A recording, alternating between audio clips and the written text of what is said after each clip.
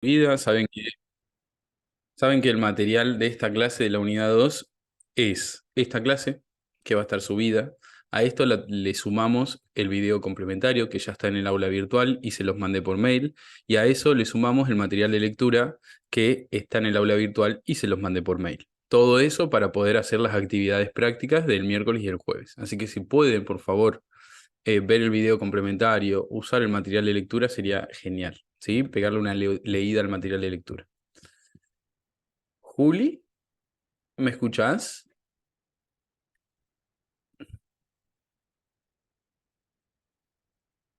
Esperen que se conectó otra persona, Juli, que le está conectando el audio. Vamos a esperar que le conecte el audio. Juli, ¿me escuchás ahí? Sí, sí, escucho. Dale, perfecto. Listo, Juli. Bueno, vamos a empezar con la clase de hoy. Esta clase trata sobre las soluciones y las concentraciones de esas soluciones. No pasa nada si todavía no sabemos lo que es una solución, no pasa nada si no sabemos lo que es una concentración, porque es lo que vamos a aprender en la clase.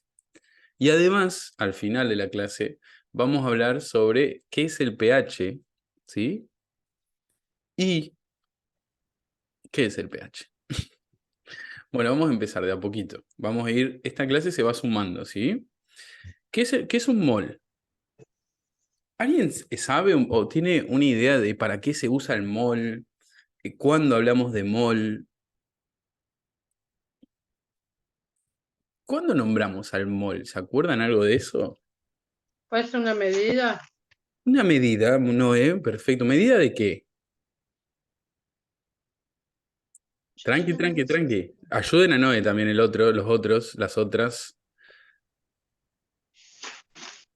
Una medida, ¿medida de qué? Medida de átomos. Medida de átomos, pero cuando hablamos de un mol, ¿qué estamos? Le voy a dar tres opciones. Cuando hablamos de un mol, ¿estamos hablando de un volumen? ¿Estamos hablando de una masa? ¿O estamos hablando de una cantidad? Una Estamos cantidad. hablando de la unidad de cantidad. Muy bien. Una cantidad, es una cantidad. Igual que una docena de huevos son 12 huevos, igual que una docena de libros son 12 libros, igual que un par de zapatillas son dos zapatillas, un mol son 6,02 por 10 a la 23 de lo que estemos hablando. Ese numerito es un numerito que por ahí les complica un poco la vida porque esto se llama notación científica. Como es un número tan grande, usamos la notación científica para escribirlo. Este número, o esto que está acá escrito, me indica que yo esta coma que tengo acá, la tengo que correr 23 lugares para atrás y poner todos ceros. Me queda un número muy, muy grande. Por eso es que lo escribimos así, porque si no tengo que poner un número, tengo que andar escribiendo un número gigante a cada rato. Para no escribir un número tan grande, lo escribimos de esta forma, con notación científica. ¿Está bien? Pero básicamente un mol es esto. Yo puedo hablar de un mol de cualquier cosa que son 6,02 por 10 a la 23 de lo que esté hablando. Por ejemplo, un mol de huevos son toda esta cantidad, 6,02 por 10 a la 23 huevos. Un montón de huevos. Un mol de huevos son un montón, pero un montón de huevos que capaz que no sé qué superficie podríamos cubrir con esta cantidad de huevos, pero es una superficie súper grande. Eh, ¿Tiene sentido que hablemos de un mol de huevos o un mol de libros? ¿Tiene sentido por el número que representa el mol? ¿Tiene sentido? Ustedes van al súper y dicen, che, dame un mol de huevos. ¿Tiene el súper un mol de huevos? No. No. No vamos a tener plata para comprar. No, yo tampoco, nadie, te lo puedo asegurar. Perfecto, no. Pero sí tiene sentido que hablemos del mol cuando hablamos de átomos y de moléculas. Ahí sí tiene sentido, porque los átomos y las moléculas son tan, tan, tan chiquitos que un mol cobra sentido. Un mol de huevo no cobra sentido, porque no te lo podés primero que nadie lo tiene y después que no te lo puedes llevar ni de ninguna manera. Pero un mol de átomos y un mol de moléculas sí tiene sentido. Porque son partículas tan chiquitas que tiene sentido que usemos el mol para hablar de cantidad de átomos y de cantidad de moléculas. Por ejemplo, podemos hablar de un mol de moléculas de agua. Eso quiere decir que yo tengo 6,02 por 10 a la 23 moléculas de agua. Ebe. Bien. O podemos hablar de... Noé, si no hablas, te podés silenciar, porfa, porque hay como un zumbidito atrás. Gracias, Noé. O podemos hablar también de un mol de átomos de oxígeno. ¿Quién más está con ese? Chicos, 500 años de pandemia hace que estamos y se me ponen con el sonido todavía. A ver si me quedó alguien más. Ahí está. Imagínense que tenemos un mol de átomos de oxígeno.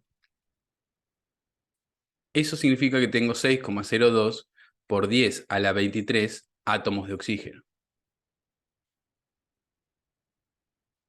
¿Sí? Entonces, el mol es una unidad que podemos utilizar cuando hablamos de átomos o hablamos de moléculas. ¿Está bien? ¿Quieren preguntar algo? ¿Quieren que charlemos algo? ¿Alguna duda que haya quedado?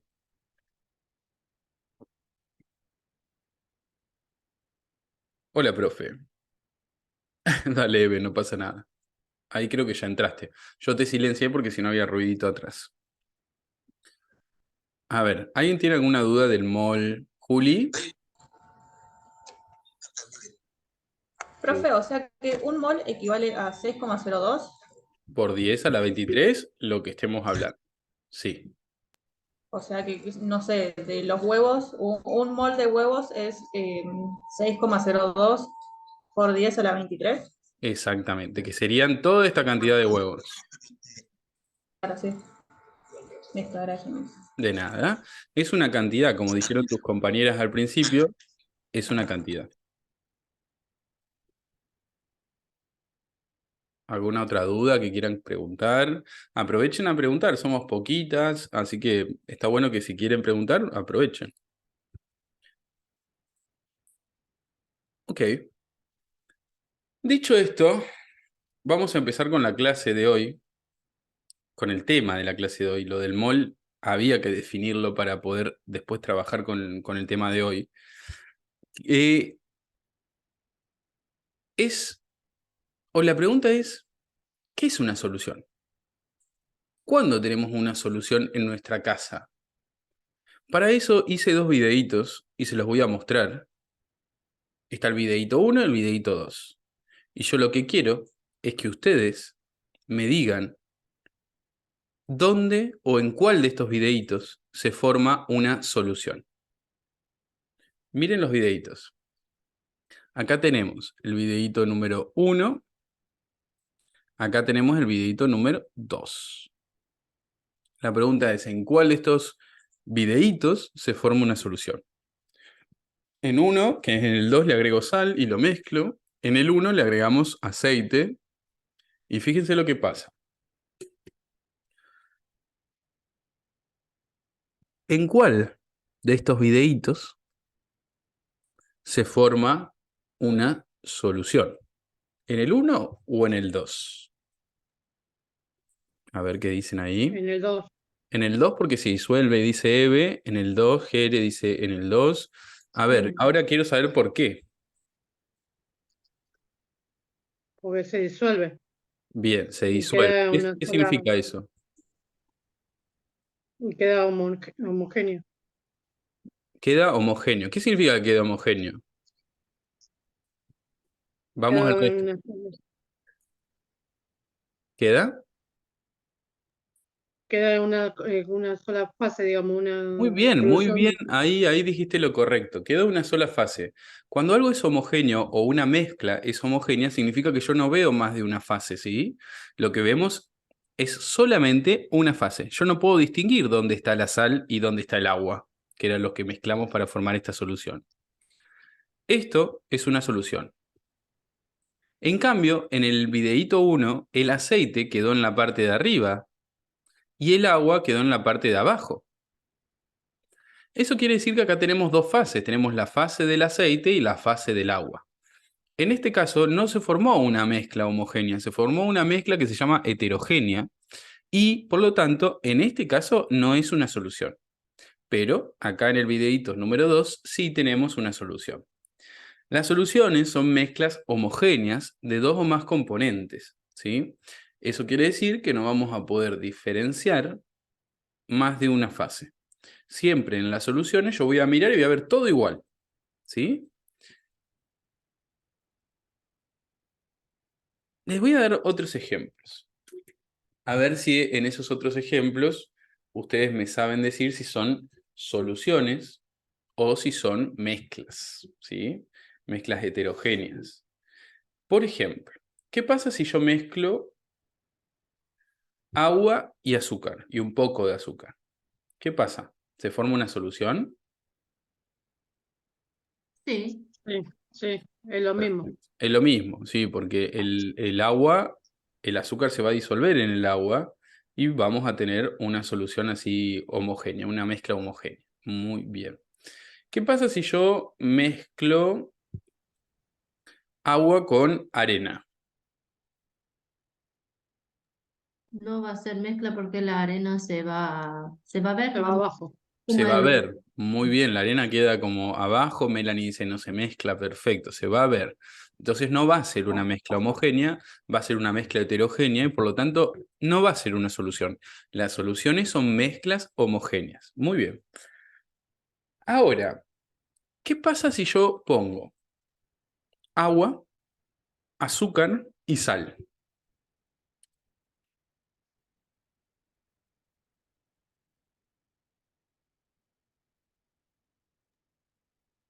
¿Qué Sigue pasó? siendo homogénea. ¿Sigue siendo, Pame? Sigue siendo homogénea porque no se va a ver el azúcar ni la sal.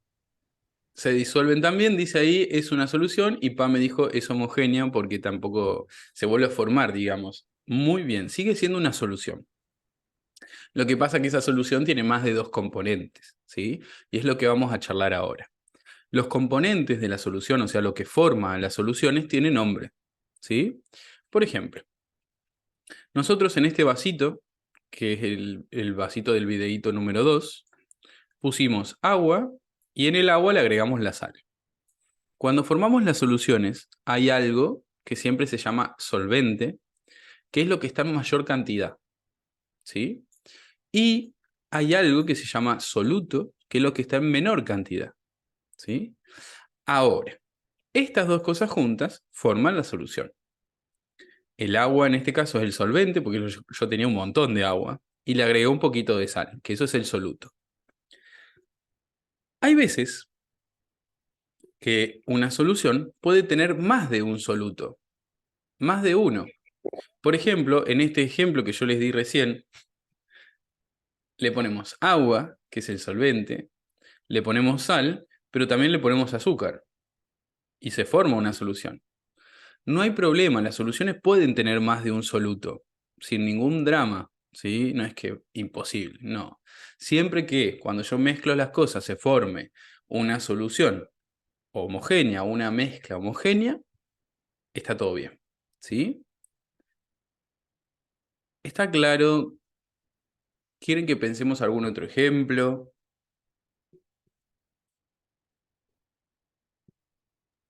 Está claro para mí. ¿No está claro? Está claro para mí. Perdón. Llegué. Lucas, una Ah, consulta. sí, decime. Siempre es el solvente es el agua. Bien, es una buena consulta. Siempre que haya agua en una solución, o sea que sea una solución acuosa, el solvente va a ser el agua, porque el agua es un buen disolvente. Disuelve todo. El agua es buenísima, es un disolvente que se llama disolvente universal. Por sus características químicas, el agua va a disolver cosas. Tiene esa costumbre. Entonces, siempre que haya agua, ella va a ser el solvente. Pero puede pasar que no haya agua y que otro sea el solvente, sin ningún problema. ¿Está bien? Si hay como una solución, un preparado de alcohol y Exacto. agua. Ahí es el eh, agua. El agua siempre. Sí, sí, sí, muy buen ejemplo, muy buen ejemplo, Noé. Si hay una mezcla entre alcohol y agua, por ejemplo, cuando preparábamos el alcohol 70%, el disolvente en ese caso es el agua. Sí, yo diría que en ese caso es el agua el disolvente. Siempre que haya agua, que sea una mezcla acuosa, el agua es el disolvente, es el que consideramos el disolvente. Sí, ¿está bien? Pero, por ejemplo, Sí, sí, imagínate que, yo no sé si esto ocurre o no, pero si yo le pongo un vaso de alcohol y a ese vaso de alcohol le pongo un poquito de sal, ahí el solvente es el alcohol, no hay agua metida en el medio, ¿sí? Siempre el solvente lo que está en mayor cantidad, excepto que haya agua. Si hay agua, el agua es el solvente, ¿sí? está bien, sí, sí. Perfecto. Bueno, genial. Ahora, ¿recuerdan el segundo videíto, el que dijimos que es una solución? ¿Qué es lo que hice en ese videíto yo? Tengo 200 mililitros de agua al cual le puse 2 gramos de sal. Ahora yo digo, ¿qué cantidad de sal hay en esos 200 mililitros? Porque la sal se disolvió y se formó una solución. ¿Qué cantidad de sal tengo en esa solución que yo formé? ¿Qué cantidad de sal tengo en esos 200 mililitros de solución que yo formé? Eso, aunque les parezca, es una pregunta muy tonta, ¿no? ¿Qué cantidad de sal tengo en este vaso de 200 mililitros, donde yo formé 200 mililitros de agua salada? O sea, es una pregunta súper simple. Esperen porque no quiero que hagan cuenta. Conmigo no van a hacer cuenta. Lo único que van a hacer es entender cosas. Después las cuentas quedan para la práctica. Así que olvídense de las cuentas para no complicarse la vida ahora. Ahora, ¿yo qué les estoy preguntando? Lo que queremos nosotros conocer es la cantidad de sal que tiene esta solución que yo formé. La cantidad de sal que hay en estos 200 mililitros de solución que yo formé. ¿Está bien? Ahora, eso es la concentración de esta solución. La concentración de las soluciones nos indica la cantidad de soluto que yo tengo en una cantidad de solución. Por ejemplo, la cantidad de sal que yo tengo en 200 mililitros de la solución que formé. Eso son unidades de concentración. Esas son las concentraciones de las soluciones. Son las cantidades. ¿Quién tiene el micrófono activo? Mili. Ahí la silencié. No. Jesús. Bien, ahora sí. Qué vida. Eh, la concentración de la solución.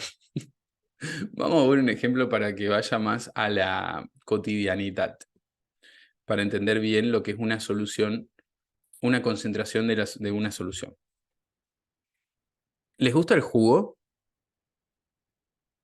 Sí, no, dice que sí. Mucha gente toma jugo. Vos lo que haces es comprar el sobrecito de jugo que tiene. ¿Tenés un jugo, no hay por ahí? Dale, tráeme. No, y lo que hace mucha gente es comprar el sobrecito de jugo. Y ese sobrecito de jugo lo ponemos, lo mezclamos con agua.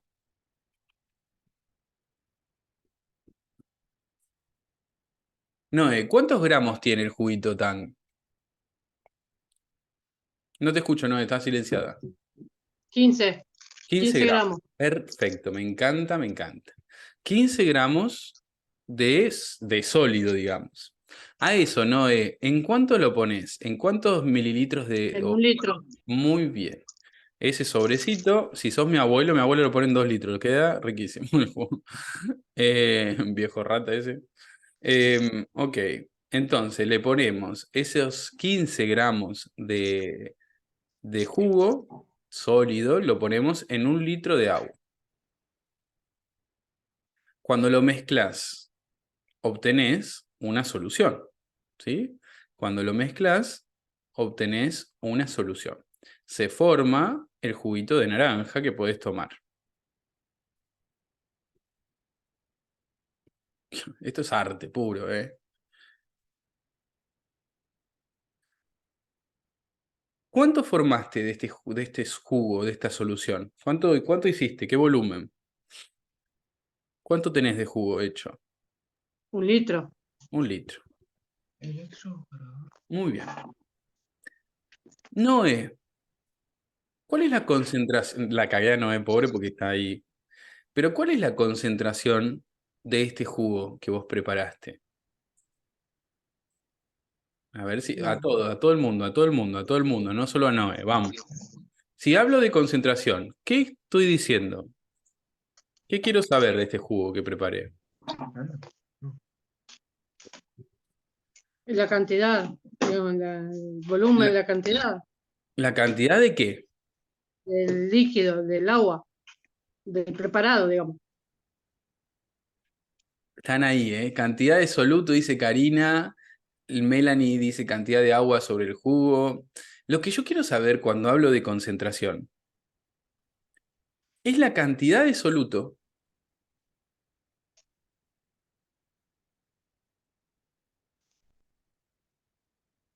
que le La puse cantidad en una cantidad o que tengo en una cantidad determinada de solución.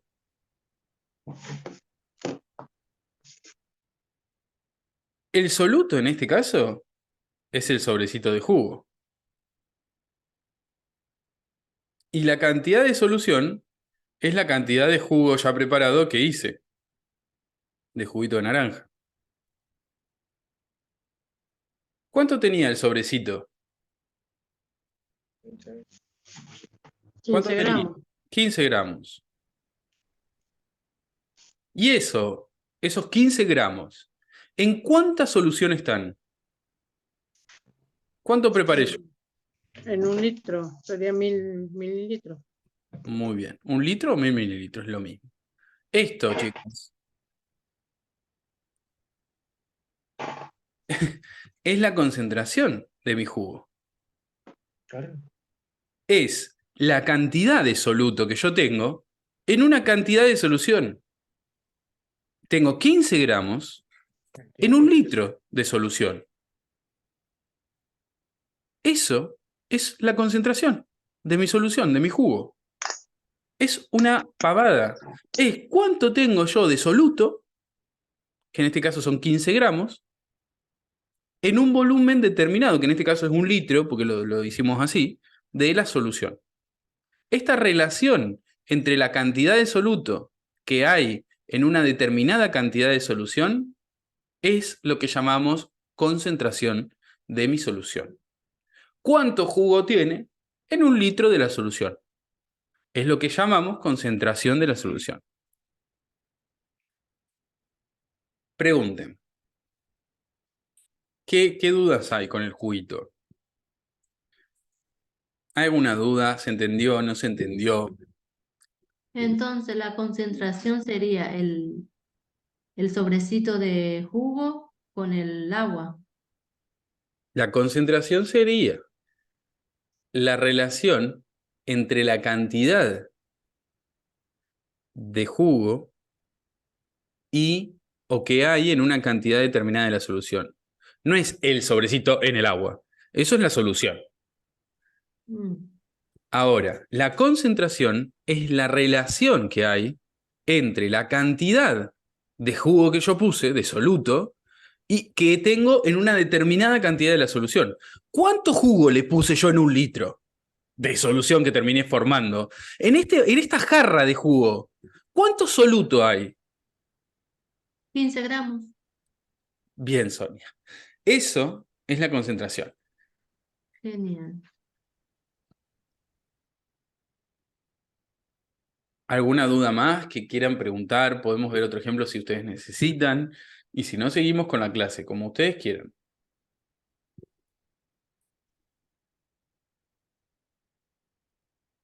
Ahora, nosotros acá, en este ejemplo que acabo de dar, estamos sabiendo en 1 litro cuánto soluto hay. Pero imagínate que hablas con otra persona y en vez de decirte en 1 litro cuánto soluto hay, te dice en 2 litros cuánto soluto hay. Y el otro, hablas con otra persona y te dice en 100 mililitros cuánto soluto hay. Y hablas con otro y te dice otra cosa. Es como ir al supermercado y que vos hables en peso, la cajera hable en dólares, los precios estén en yuanes y el carnicero o carnicera te cobre en libras. Si cada persona se maneja con una moneda distinta, va a ser imposible que se relacione o que se lleve a cabo la compra que querés hacer en el supermercado. Lo mismo pasa con las concentraciones. No podemos hablar cada uno o cada una con la concentración que se nos cante. No podemos hacer eso, porque si no, no nos podríamos comunicar entre nosotros. Entonces, ¿qué es lo que hizo el mundo del mundo? El mundo científico, ¿qué es lo que hizo? Determinó, hay unidades de concentración definidas. Usamos estas, elegí alguna de estas, pero no te vayas a la mierda con otra concentración, porque si no, no vamos a poder hablar nunca. Como si fuésemos al supermercado y cada uno se manejara con una moneda distinta. Entonces, lo que hicieron es definir unidades de concentración para que todos nos podamos manejar con unidades que estén ya definidas y podamos trabajar todos juntos. La concentración, como les dije recién, es la relación entre la cantidad de soluto, es la relación entre la cantidad de soluto que yo tengo en una cantidad determinada de la solución. Y de esta manera, con esta idea, se definieron diferentes unidades de concentración. Por ejemplo, hay 4 unidades que a nosotros nos van a interesar más que nada. La primera es la molaridad. La molaridad me indica los moles de soluto, o sea, moles es una cantidad de soluto, como dije antes, una cantidad de soluto. Los moles de soluto que yo tengo en 100 mililitros o 1 litro de la solución. Y eso es una cantidad de solución. O sea, ¿cuántos moles tengo de soluto en 1 litro de una solución? Después van a ver cómo hacen los cálculos, después van a ver todo, no se preocupen por eso ahora. Ahora, ¿qué quiero que entiendan? Que vamos a definir diferentes unidades de concentración, porque si no, no nos podemos manejar todo con la unidad que inventamos en nuestra casa. Entonces, una de las unidades que están definidas es la molaridad. Son los moles de soluto. ¿Cuántos moles de soluto tengo en 1 litro de la solución? Ahora, otra unidad de concentración es esto, porcentaje peso sobre volumen, P/B. Es otra unidad de concentración que nos dice los gramos de soluto que yo tengo en 100 mililitros de la solución. ¿Sí? Nada, otra vez, es una cantidad de soluto, gramos de soluto en este caso, en una cantidad de la solución, en 100 mililitros de una solución. Si yo quiero, puedo usar esa unidad de concentración. Hay otra unidad que nos va a interesar mucho, que es el porcentaje volumen en volumen, B sobre B. ¿Esto qué nos dice? Siempre estamos hablando de esa relación que ya conocemos, la cantidad de soluto que hay en una cantidad de una solución. Mililitros de soluto, esta es unidad de volumen, mililitros de soluto, que tenemos en 100 mililitros de la solución. La cantidad es el volumen, mililitros de soluto, que tenemos en 100 mililitros de la solución. Es una cantidad de soluto que tenemos en una cantidad de solución. Miren esto. ¿Quién tiene un vodka por ahí? Un vodka, un Gancia, un Fernet. Noé Yo tiene tengo. todo. No, Ya. dale, búscalo. Noé tiene todo. Un Fernet. Un Fernet, perfecto. Fíjate donde dice la cantidad de alcohol que tiene ese Fernet. Bueno, un Campi, Melanie, búscalo también, un Campari. Decime qué cantidad de alcohol tiene. ¿Qué dice ahí la No me botella? equivoco, 39% de volumen puede ser. 39% dice. ¿Qué significa esto? La unidad de concentración que tienen las botellas alcohólicas es volumen en volumen. ¿Qué nos dice entonces esto? Nos dice que el Fernet tiene 39 mililitros de alcohol cada 100 mililitros de la solución, o sea, de Fernet. ¿Eso qué quiere decir? Que si vos te tomás 100 mililitros de Fernet, estás tomando 39 mililitros de alcohol puro. ¿Sí? Si tomás 100 mililitros de Fernet, estás tomando 39 mililitros de alcohol puro. Ahora, por ejemplo, el Campari, nos dice Melanie ahí. El Campari, espera que Melanie que no te encuentro acá. 28,5 dice. El Campari tiene 28,5% de alcohol. Otra vez, siempre es porcentaje volumen en volumen lo de las botellas de alcohol. ¿Qué nos indica esto? Que tenemos 28,5 mililitros de alcohol puro en 100 mililitros de Campari, de la solución. O sea que si Melanie se toma 100 mililitros de la solución, si se toma 100 mililitros de Campari, va a estar consumiendo 28,5 mililitros de alcohol puro, puro, puro. ¿Sí? A ver, ¿alguien más quiere decirme otra bebida alcohólica que tenga a mano? ¿Alguien más quiere decirme otra bebida alcohólica que tenga a mano?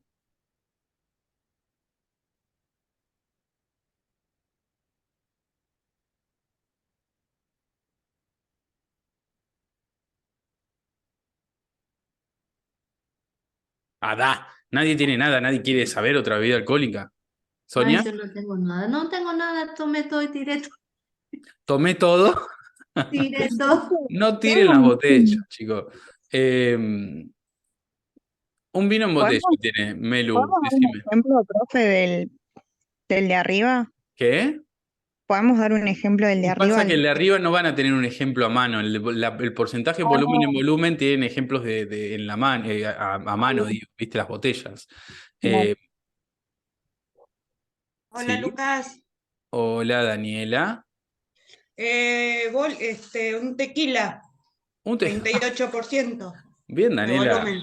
Ah, bien. ¿Cuánto tiene el tequila? ¿38? Sí, 38%. ¿Qué nos quiere decir eso? Siempre que estemos hablando de alcohol es volumen en volumen. Ahora les doy un ejemplo de este igual para que lo sepan. Pero 38% volumen en volumen. Eso quiere decir que tenemos 38 mililitros de alcohol en 100 mililitros de tequila. Así que si te tomas 100 mililitros de tequila, tenés 38 mililitros, estás tomando 38 mililitros de alcohol puro, ¿sí? Y así sucesivamente. Fíjense que esto lo podemos hablar y lo podemos comparar porque todas las botellas están usando esta unidad de concentración. Imagínate si cada botella usara la unidad que se les canta. Nunca podríamos comparar unas con las otras. Entonces, para esto están las unidades de concentración. Están para poder comparar, para poder hablar entre nosotros y para poder... Tengo una de whisky, profe. Eso. ¿Cuánto tiene? ¿Cuánto tiene whisky? Ahí me fijo, a ver. Dale. ¿Dónde mierda dice? 40%. Perdón. Nada, tranquila, tranquila. Sí. 40%. 40%. 40% de alcohol. Muy bien, porcentaje volumen en volumen. ¿Eso qué va a querer decir? A ver, ¿cuánto tiene de alcohol cada 100 mililitros de la solución? ¿Cuánto tiene de alcohol el whisky? A ver, para todas. Si es 40% volumen en 40. volumen. 40. ¿40 qué? 40 Alcohol. 40 de alcohol. ¿40 qué unidad? mililitros. Muy bien, mililitros de alcohol. Siempre pongo la O. Sobre. Sí, ¿cada cuántos de whisky? 100 mililitros. Muy bien. Si te tomás 100 mililitros de whisky, que sería más o menos medio vasito, vas a estar consumiendo 40 mililitros de alcohol puro. ¿Está bien? Así que bastante potente. Muy bien, Eve, también ahí. Bien. A ver, un ejemplo de porcentaje peso en volumen puede ser cualquiera, puede ser 3,5% peso en volumen. ¿Qué significa eso? Que tengo 3,5 gramos de soluto cada 100 mililitros de la solución de la cual estoy hablando. No hay ningún ejemplo en esto que sea más cotidiano, ¿no? El porcentaje de volumen en volumen es un ejemplo muy claro porque ustedes tienen siempre alguna botella de alcohol, alguna latita de cerveza, algo van a tener. Y lo que no solamente quiero que entiendan es qué significa volumen en volumen, sino quiero que entiendan para qué son las unidades de concentración que están definidas. Para que todos podamos hablar y podamos charlar y podamos comparar las botellas y podamos comparar la cantidad de alcohol que tenemos. No solamente es para que entiendan qué es el volumen en volumen, porque lo van a entender, lo tienen que leer de ahí y lo entienden. Ahora, es que entiendan también que las unidades de concentración definidas son necesarias para poder charlar entre nosotros y charlar con otra gente sobre la cantidad de alcohol que tienen las cosas, ¿sí? En este caso.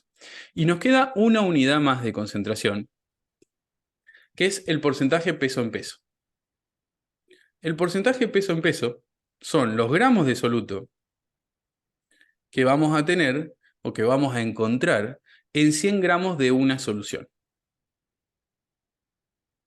Eso se mide... No, Melanie, eso es la botella... Bien, Melanie me pregunta. Esta última unidad, bueno, apréndansela, no pasa nada. Melanie me pregunta algo interesante. Me dice, profe, ¿eso se mide por cada vaso que se toma o por la botella en general?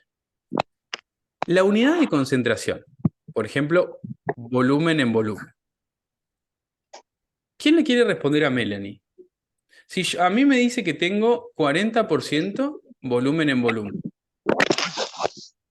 Ay, Jesucristo. Esperen que voy a silenciar a esta persona que está haciendo un ruido bárbaro. Se silenció sola. Melanie me pregunta, ¿eso se mide por cada vaso o por la botella en general? Si tengo 40% volumen en volumen de alcohol. Por vaso, por medida, digamos. ¿Cada cuánto de solución voy a tener 40? Por 100 Cada mililitros. 100, Melanie. Cada 100. Acordate que estamos ya en la unidad de concentración, está definido en qué cantidad de solución tengo eso. ¿Sí? Yo, el 40% me indica que tengo 40 mililitros de alcohol cada 100 mililitros de la solución. ¿Sí? Cada 100. En 100 mililitros de una solución, tengo 40 mililitros de alcohol puro, si tenés un porcentaje 40%. ¿Sí? Perfecto, Melanie. Me alegro que hayas entendido. Bueno, ¿les parece que continuemos con la clase? ¿O tienen alguna duda que quieran consultar? No hay ningún problema, podemos charlar lo que necesiten.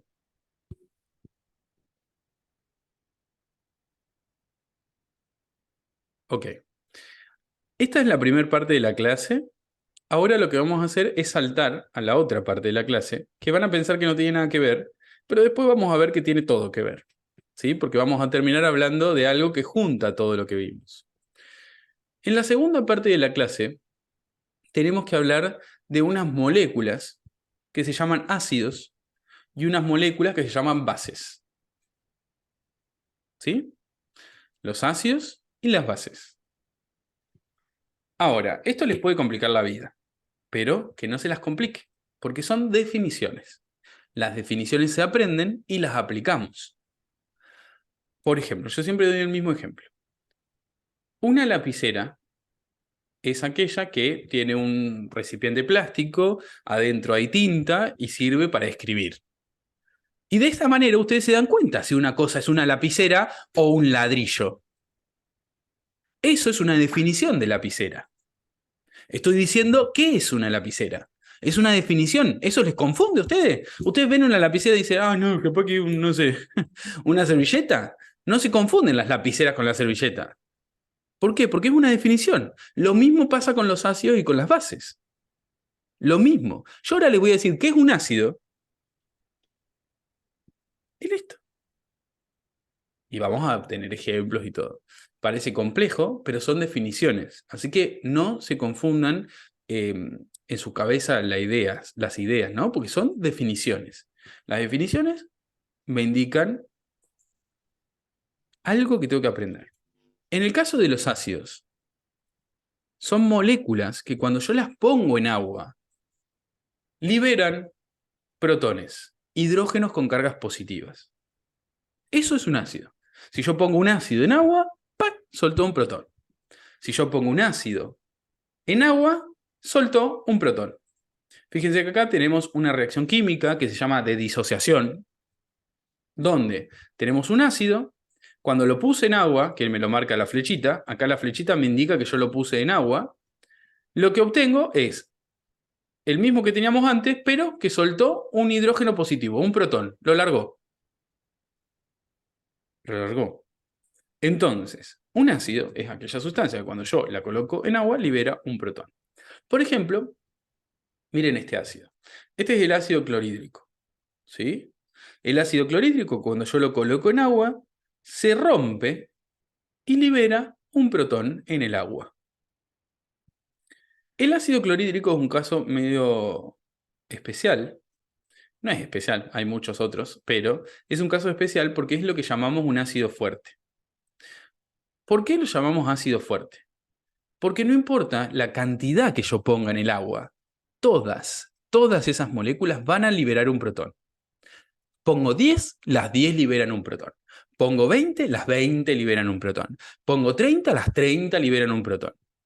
Todas las moléculas del ácido fuerte liberan un protón.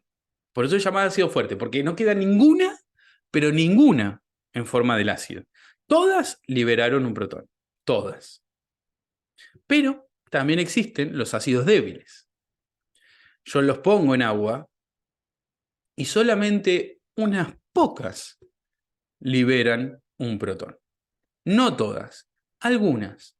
Y eso es un ácido débil. Por ejemplo, pongo 20 y de las 20, 5 liberan un protón y el resto de los ácidos se quedan con su protón así agarradito. No lo quieren soltar.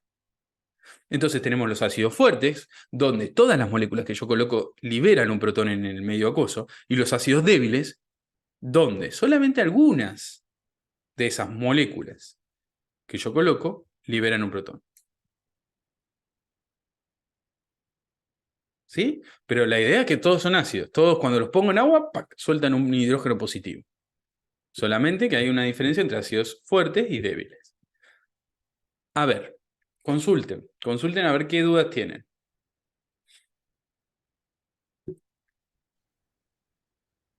Consulten. ¿Quedó claro o no quedó claro? Más o menos. A ver, Noé, ¿qué te confunde? Los tipos de ácido, ¿qué ¿Por sería? qué?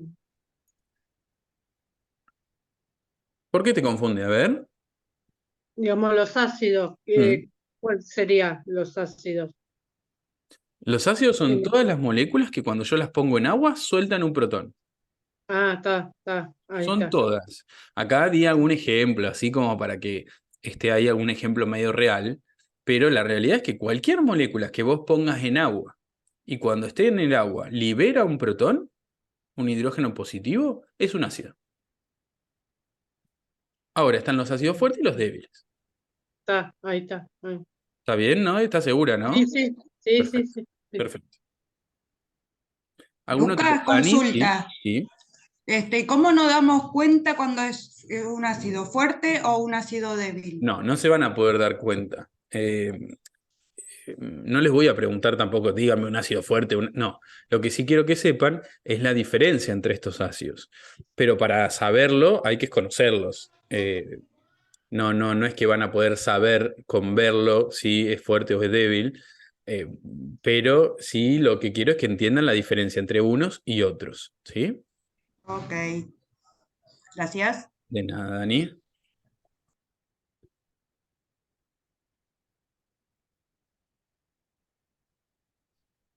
Sí, Juan, sí, Juan. Es lo mismo que vimos antes. Estas son moléculas y las moléculas están formadas por átomos que están unidos para ser felices, digamos. Melu, profe, dale.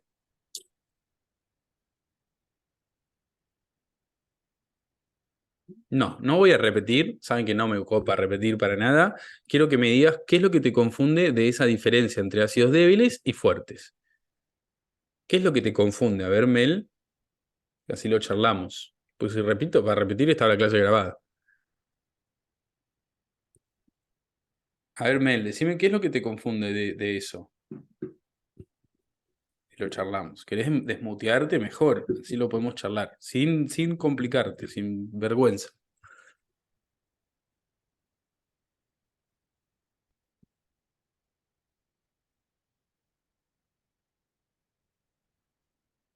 ¿Te animás a decirme, Mel, o no?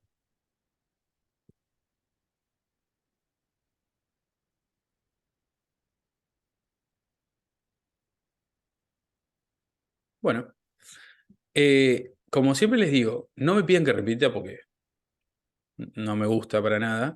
Sí, díganme, como hizo Noé, che, bueno, a mí me confunde esto, entonces lo vemos de vuelta. Para repetir, no tiene sentido repetir. Y recuerden, no tomen apuntes todo el tiempo, como, así como sacadas o sacados, porque no tiene sentido. La clase queda grabada, termina y la subo a YouTube. Si quieren tomar apuntes, toman apuntes después, ¿está bien? Ahora presten mucha atención, así después ya saben todo y toman apuntes si necesitan de la clase grabada. De paso la ven de vuelta, que está bueno verla de vuelta. Bien, ahora, definimos lo que es un ácido. A ver, Mel. Bueno, profe, perdón, me dice pobre. No, Melu, no pasa nada. Acordate eso. Siempre que me preguntes algo, no me preguntes que lo repita. No me digas que lo repita. Porque para repetir, digo lo mismo. No te ayudo en nada si repito. Ahora, si tenés alguna duda específica, me decís, che, vos sabés que esto no lo entendí. Como hizo Noé, que me dijo, por ahí no me quedó claro lo que es un ácido. Eso es algo más útil. ¿Está bien? Bien, así que siempre cuando estén escuchándome, reconozcan lo que les hace ruido para poder preguntarme. Definimos lo que es un ácido y vamos a definir lo que es una base ahora, ¿sí? Una base es una sustancia, es una molécula, o son moléculas, que cuando yo las coloco en agua, en vez de liberar un protón, libera un oxidrilo. Eso es una base. En vez de liberar un hidrógeno positivo, liberan un oxidrilo. ¿Qué es un oxidrilo? Un oxidrilo es un oxígeno que se une a un hidrógeno y tienen carga negativa. Todo esto tiene carga negativa. Eso es un oxidrilo. Y las bases son aquellas sustancias que cuando las pongo en agua liberan un oxidrilo. Punto. ¿Qué tengo? Bases fuertes y bases débiles, of course, como siempre, para complicarnos la vida. Las bases fuertes son aquellas que cuando yo las coloco en agua, todas las moléculas liberan un oxidrilo en el agua. Por ejemplo, el hidróxido de sodio, que es lo que yo acabo de mostrar acá. Esas son las bases fuertes. Todas las moléculas, si pongo 10, las 10 liberan un oxidrilo. Si pongo 20, las 20 liberan un oxidrilo. Si pongo 30, las 30 liberan un oxidrilo. Todas las moléculas liberan un oxidrilo. Y después tenemos las bases débiles. ¿Qué pasa? Solamente algunas de las moléculas, cuando las pongo en agua, liberan un oxidrilo. No todas.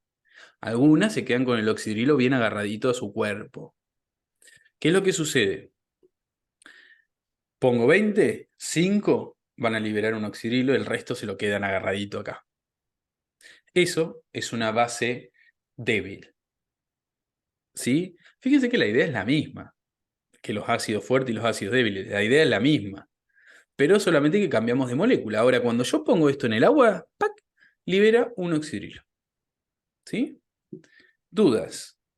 ¿Alguna preguntita que quieran hacer? ¿Algo que les quede medio ahí haciendo ruido? Fíjense que es lo mismo que los ácidos. Ahora sí, me lo voy a ver. Fíjense que es lo mismo que los ácidos, pero estamos hablando ahora de otra molécula distinta que son las bases. En vez de liberar un oxidrilo, en vez de liberar un protón como hacen los ácidos, liberan un oxidrilo.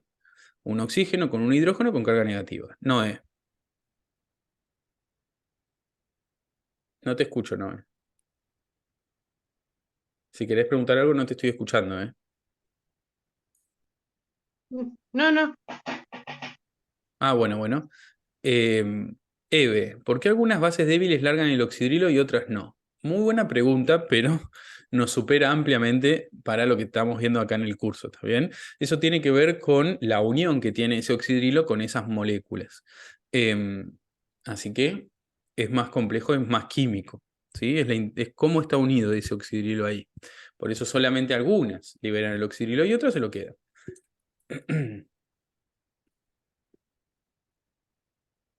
¿Alguna otra duda que pueda contestar así que no sea muy, muy química? Yo. Sí, ¿Por Dani. por qué los protones, digamos, positivos o no sé, ahora no me sale, son negativos? Muy buena ¿Qué pregunta sería también. B más o H menos? Exacto, porque las cargas. Las cargas, perdón. Exacto, está bien, Exacto. está bien. El grupo, el oxidrilo, tiene carga negativa porque se queda con un electrón de más. Y la otra parte de la base se queda con carga positiva porque tiene un electrón de menos.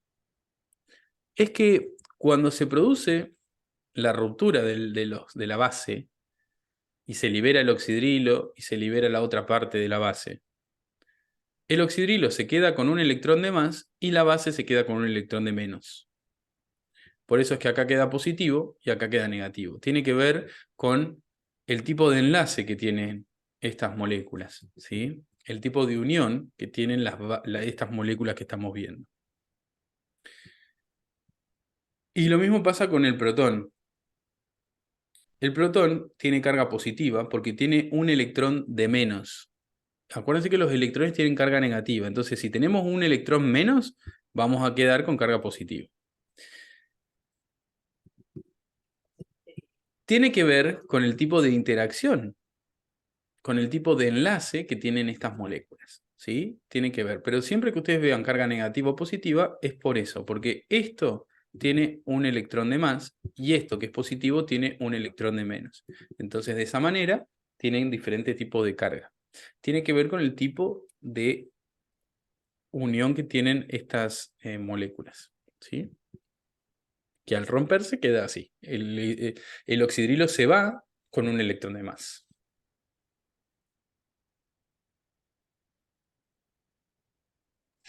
O sea que se lo lleve y por eso es positivo. Es negativo, es Perdón, negativo. negativo, Exactamente, perdón. Lo dije al exactamente. revés. Está bien, está bien. ¿Pero se entendió, Dani? Sí, sí, ahora sí, Perfecto. gracias. No, de nada. Bueno, les comento que estas definiciones son las definiciones de Arrhenius. Las definiciones de Arrhenius están buenas, pero cuando las ponemos en práctica hay algunas cositas que no están tan buenas. Entonces había otras personas que se llaman Bronsted y Lowry que dijeron otras definiciones, que son las otras definiciones que vamos a aprender. Bronsted y Lowry lo que hicieron fue definir qué es un ácido y qué es una base. Dijeron que un ácido es aquella sustancia que cede protones, muy parecido a lo que dijo Arrhenius. Una sustancia es una molécula que libera o cede protones. Pero sí cambiaron lo que dicen de la base. La base es una molécula o una sustancia que acepta los protones que liberó el ácido. Entonces, el ácido libera un protón y ese protón lo acepta la base. Y ahí tenemos una definición en conjunto. Definimos el ácido y definimos la base. ¿Cuál está bien? Todas. Porque son definiciones diferentes y que está bueno que las aprendamos porque todas están bien. Pero quiero que entiendan que lo que tiene de diferente esta definición es que los definen en conjunto. El ácido es aquella sustancia que libera un protón y la base es aquella sustancia que agarra ese protón que liberó el ácido. Entonces, el ácido es aquella sustancia que libera un protón, la base es aquella sustancia que agarra un protón. Acá les muestro esta idea. El ácido es este. Cuando el ácido suelta el protón que tiene agarradito, se transforma en esto. Fíjense que lo liberó al protón. Vieron que ya no lo tiene acá, ¿sí? Y la base, que en este caso es una molécula de agua, agarra ese protón que liberó el ácido. Fíjense. ¿Está bien? Entonces el ácido es aquella sustancia que tiene un protón y lo suelta. Y la base es aquella sustancia que no tiene ningún protón, pero tiene la capacidad de agarrar el protón que soltó el ácido. Cuando el ácido soltó su protón, se transformó en algo que vamos a llamar base conjugada. Y cuando la base agarró el protón que soltó el ácido, se transformó en un ácido conjugado.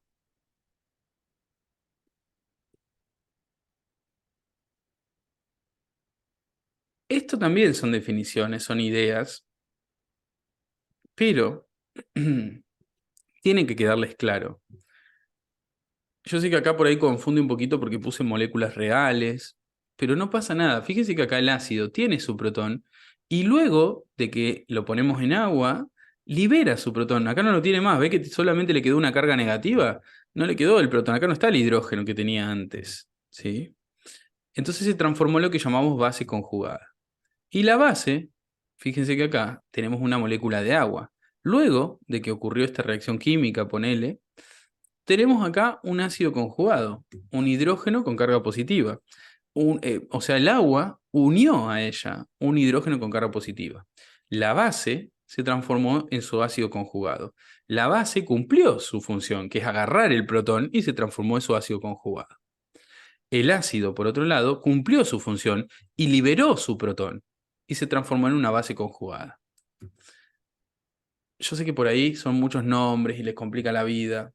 No pasa nada, pueden preguntarme si necesitan. ¿Y se transforma en una base conjugada cuando larga el protón? Exactamente, el ácido se transforma en una base conjugada cuando larga el protón. Exactamente. Se llama base conjugada, lo que se forma cuando el ácido libera su protón.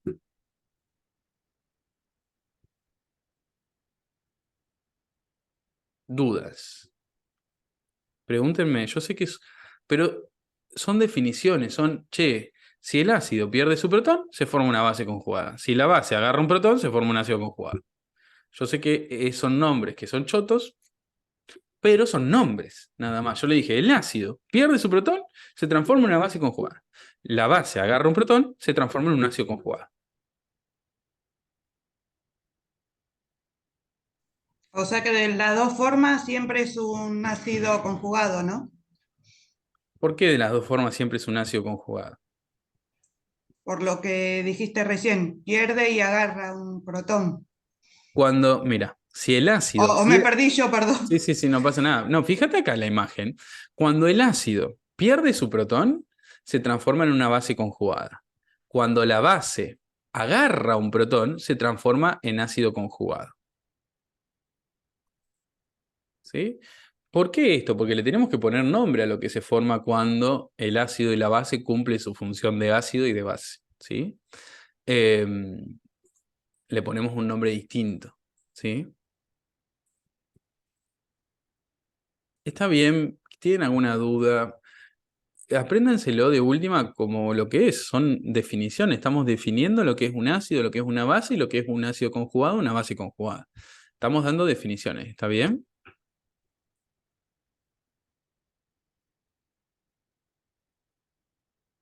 ¿Sí? Bueno. Ahora, quiero que hablemos de algo que tiene que ver con esto, con los ácidos y con las bases. ¿Sí? ¿Qué es el pH? Ya nos falta súper poquito, ¿eh? Así que vamos a meterle un poquito más de energía y terminamos con la clase, ¿sí? Ahora, ¿qué es un ácido y qué es una base? Decime, perdón, me perdí. Decime. Falta mucho porque hoy tenemos clase con Busquet, ¿Con quién? con el doctor Busquet de estructura. Bueno, ¿qué querés que haga? ¿Qué querés que le haga? O sea, no sé, no nos falta mucho, nos falta mucho, pero bueno, también tienen clase conmigo. Yo también soy doctor, ¿eh? Nada, eso. No, Sonia, no, falta poquito, no falta mucho, la verdad. Y pueden ver la otra clase. Bueno, ahora, ¿qué es el pH? El pH es una escala que va entre 0 y 14, ¿sí? ¿Una escala de qué? Una escala que me va a indicar cuál es la concentración de protones de una solución. El pH es una escala inversa de la concentración de protones que tenemos. ¿Qué quiere decir eso? Cuanto más cantidad de protones yo tengo, más chiquito es el pH. Cuanto menos protones tengo, más grande es el pH. ¿Sí? Así que, por eso el pH es una escala inversa de la concentración de protones que hay en una solución. Cuanto más protones tengo, más chiquito es el pH. Cuanto menos protones tengo, más grande es el número de pH, es el valor del pH. Ahora, un ácido es aquella sustancia que libera estas cosas. Imaginémonos algo. Yo tengo un vaso de agua. El vaso de agua tiene un pH de 7. En ese vaso de agua le pongo un ácido. Ese ácido, cuando lo pongo en el agua, libera protones. ¿Qué va a pasar con el pH? ¿Va a disminuir o se va a hacer más grande? ¿Se va a ir a valores más chiquitos o a valores más grandes? Piensen esto. Tengo un vaso de agua que tiene un pH de 7. Es neutro. Es neutro. Pero yo le puse un ácido. Ese ácido libera protones. ¿El pH se va a hacer más chiquito o más grande y por qué? Se va a hacer más grande porque le cede el protón. ¿Y qué va a tener? ¿Qué va a haber? ¿Más protones o menos protones en ese vaso de agua? Más. Más. ¿Y se va a hacer más grande el pH? O sea, Sí. va a aumentar, pero en realidad si es inversa se hace más chico. Y bueno, entonces el pH se hace más grande o se hace más chico. Más Más grande. chico. Más chico. Más chico. ¿Por qué se hace más chico? A ver, vamos, más Porque chico. es inversa. Porque la escala al ser inversa, si mientras menos protones Más tiene. protones. Ay, yo me entiendo, pero no sé cómo explicarlo. Como te Exactamente. salga.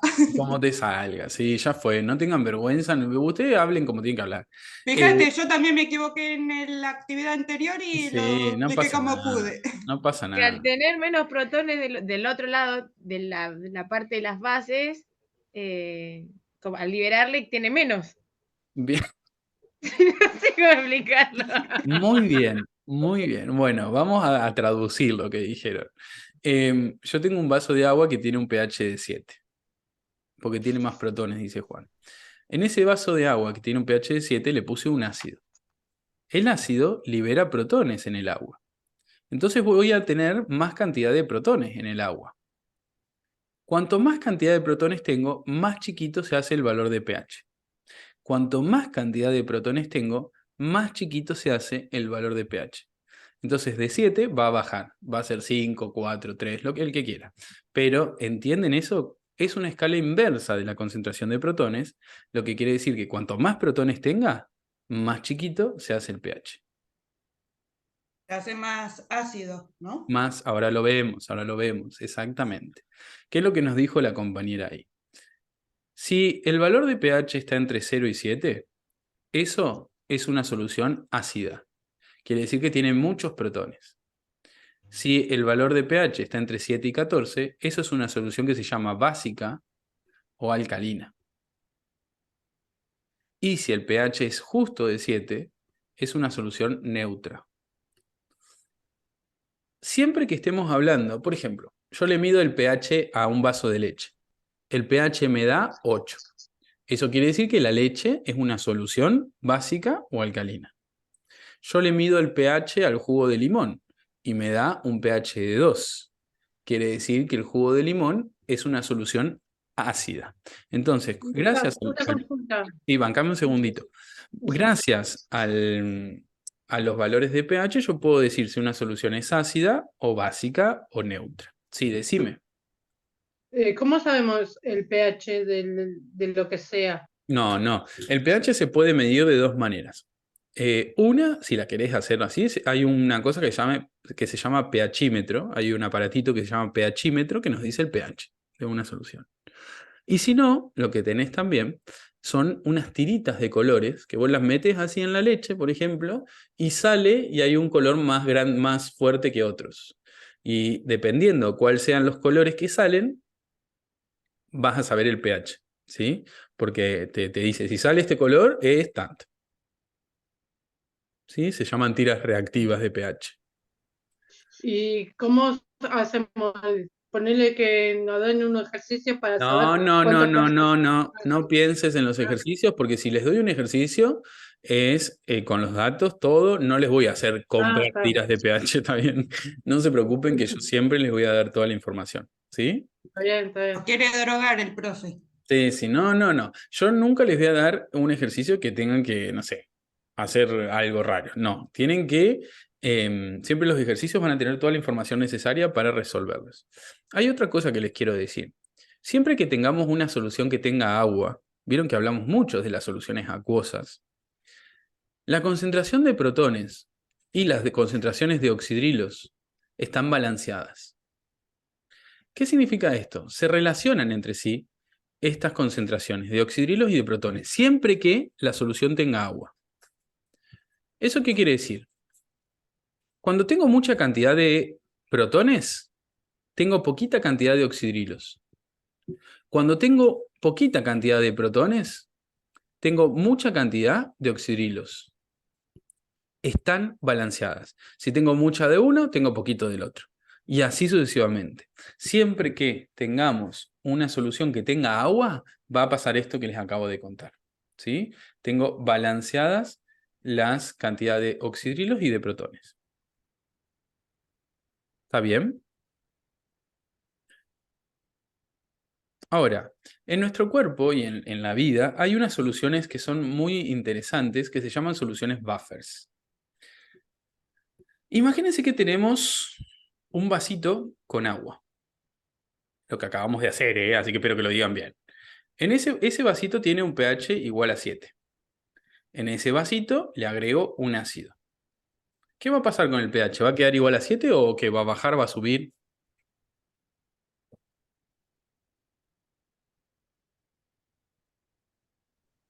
No entendí la pregunta, profe. Tengo un vasito de agua que tiene un pH de 7.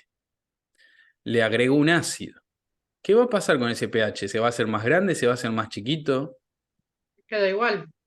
Se va a hacer más chico. Si tengo un vasito de agua nomás, lo que acabamos de hacer, ¿se acuerdan que recién lo vimos? Un ácido Aumenta. le da Chicas, lo que acabamos de hacer hace un cachito, ¿eh? No se pregunten, no se piensen que les estoy haciendo algo para engañarlas. Es lo que acabamos de hacer exactamente recién. Si tengo un vaso de agua que tiene un pH de 7 y yo le pongo un ácido que tiene protones, al soltar los protones en el agua, ¿sí? El pH va a disminuir, se va a hacer más chiquito. Vamos a tener un pH más o menos de 5, 6, no sé, más chiquito que 7, porque le pongo un ácido. Las soluciones buffer, lo que tienen de copados, es que tienen la capacidad de amortiguar los cambios de pH, ¿sí? Las soluciones buffer amortiguan los cambios de pH. ¿Qué significa? Si yo tengo una solución buffer que tiene un pH igual a 7 y le pongo un ácido, el pH no cambia, sigue igual a 7. Eso es loco. Eso se llama amortiguar los cambios de pH.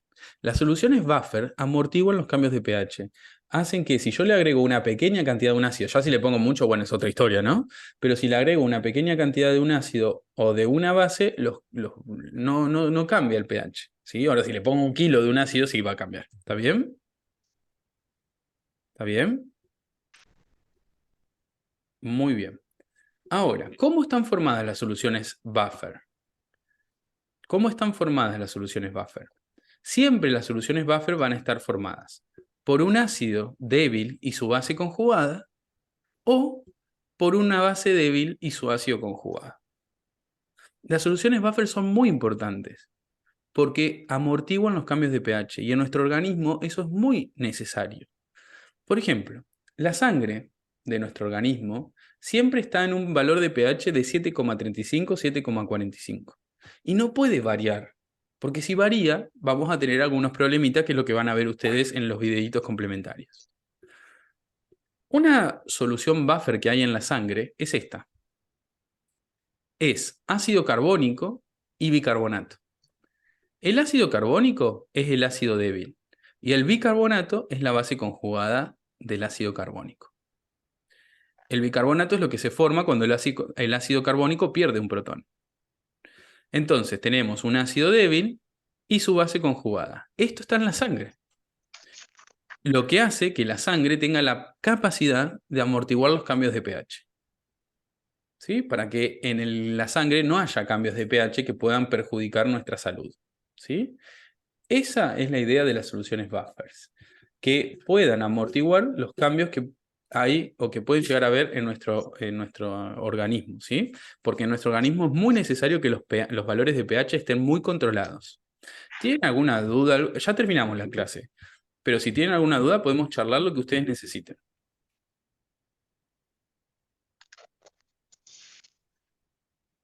¿Alguien tiene alguna duda, lo que quiera consultar?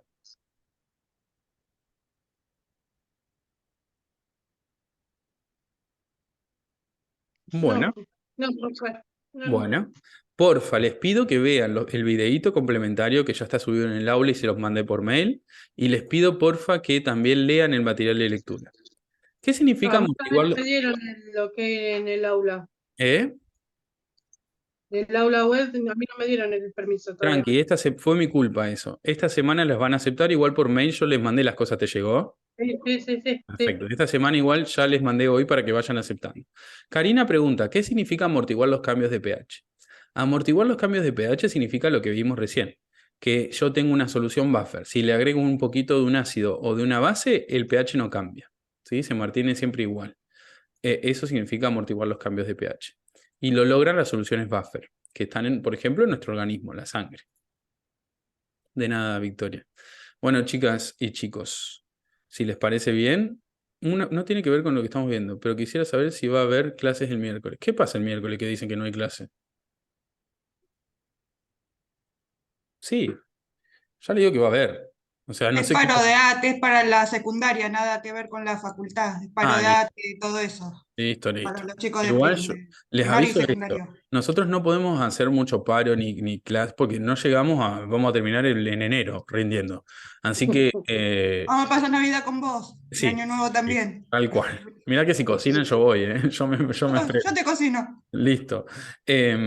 No, vamos, ya saben que igual que para el 21 de septiembre, no sé ni qué cae, pero chicos, clase 24/7, sí o sí. Y cualquier cosa se sube grabada a la clase, si vemos que pasa algo, si hay algún paro o eso, se sube grabado y van a ver la clase grabada, la práctica, la teoría, lo que sea necesario. No podemos darnos el lujo de no tener clases.